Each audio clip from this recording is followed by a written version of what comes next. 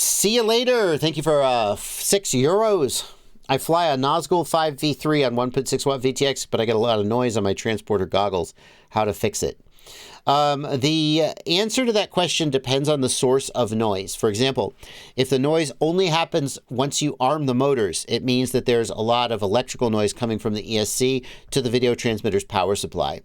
And sometimes that means you need to add a capacitor to smooth out that noise. Sometimes it means you need to power the video transmitter from a different voltage source, and that cleans up the noise.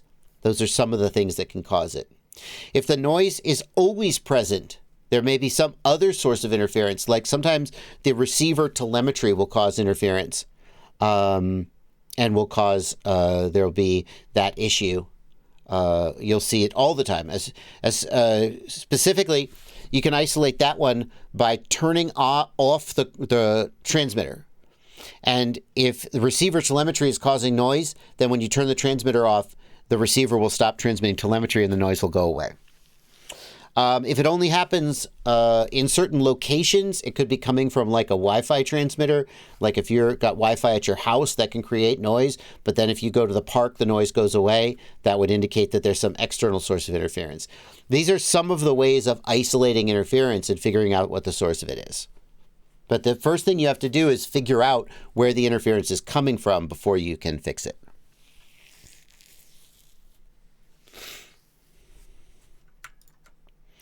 Continuing the super chats, we just had a couple more super chats come in. This one from Suit33, 35 South African Rand. Thank you so much for your donation. I was thinking of buying the Nazgul Evoke F4. What's your opinion of the F4 Evoke? Do you think it's better than a 5-inch? Let's take a look at that. The Evoke F4 is a little 4-inch version of the iFlight Nazgul Evoke. Do you think it's better than a 5-inch for traveling? Well, I mean, it's smaller. 4-inch is a really nice little sweet spot where you get almost as much performance as a 5-inch, but just a little bit more durability because of the lighter weight and smaller size. I don't think the difference in size is significant in terms of its packability. Like, yes, it's going to be a little smaller, but not that much smaller. Like, I think that until you get down to like a 3-inch, you haven't really gotten to that kind of stuff it in a side pocket of your backpack size. So I think I personally would just take a 5-inch. Like, especially because, like, what's the weight on this one?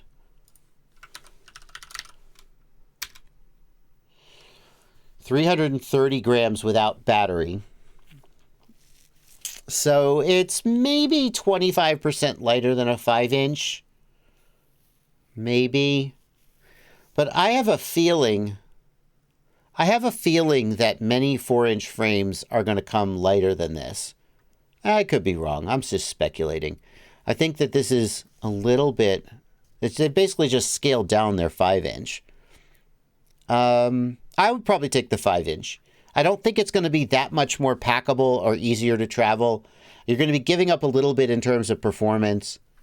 I think I'd just take the 5-inch. Personally. And if I was going to get a 4-inch, I would try to get a 4-inch that was a little bit lighter.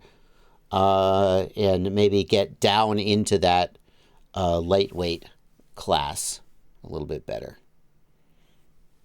Because with a 5-inch, you're going to have a lot more options for batteries, a lot more options for props. You're just going to be in a much more comfortable space.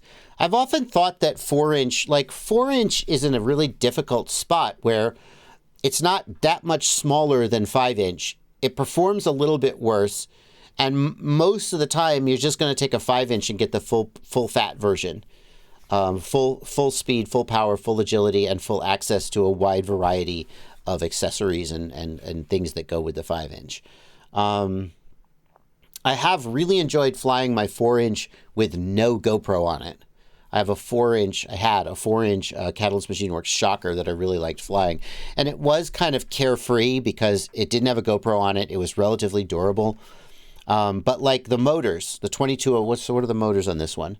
I believe there were 2004 motors on mine. 2205 motors. That's better. My motors on my 4-inch were 2004s, and they were significantly less durable than like a 2207. These being 2205s, that's actually, I'm kind of happy to hear that, because I think it means they're going to be more durable. Let's take a closer look at this motor. What size? 8mm bearings. Dang.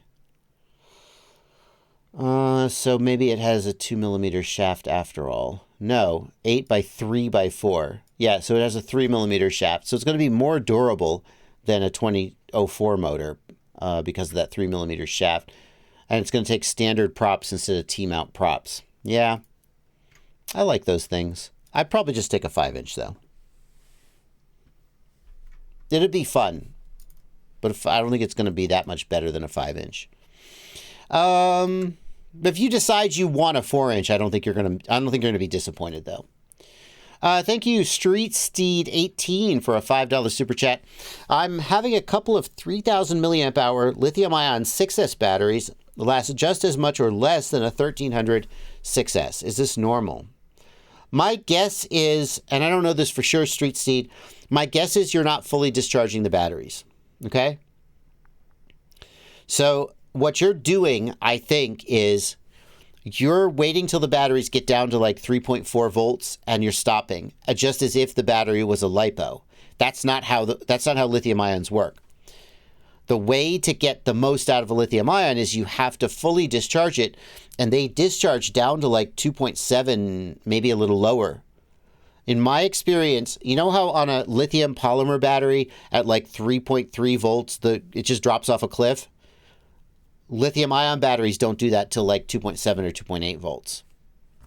So my guess is you're not fully discharging them. That's my guess. Those batteries should absolutely last way longer. The other thing I would point out is if you are using them in a high discharge manner. So if you're taking that lithium ion battery and you're just, ripping around at full throttle, that's not what that battery is made to do. It's going to get super hot and it's going to sag a lot. And you're going to be like, oh, I need to land. Those 3,000 milliamp hour lithium ions are made for sort of long cruising, slow, smooth, and steady flying. And that's where you're going to see the voltage kind of just gradually go down, and it's going to get down to 2.9, 2.8 volts, and you're still going to be able to fly. But if you're just hitting the throttle a lot, then you need to have a lithium polymer. Let's see. Mike Bundy wants to know, do you fly listening to music? Oh, God, it's a super chat. I don't usually start the super chats right off the bat, but I did like Mike Bundy's question. Mike, thank you for a $10 super chat. I do fly listening to music sometimes. I usually don't fly listening to music, but then sometimes I'll be like, this is a good song. I want to kind of make an edit to this song. And so then I'll put a song on and try to fly to it. Then I'll make an edit. So...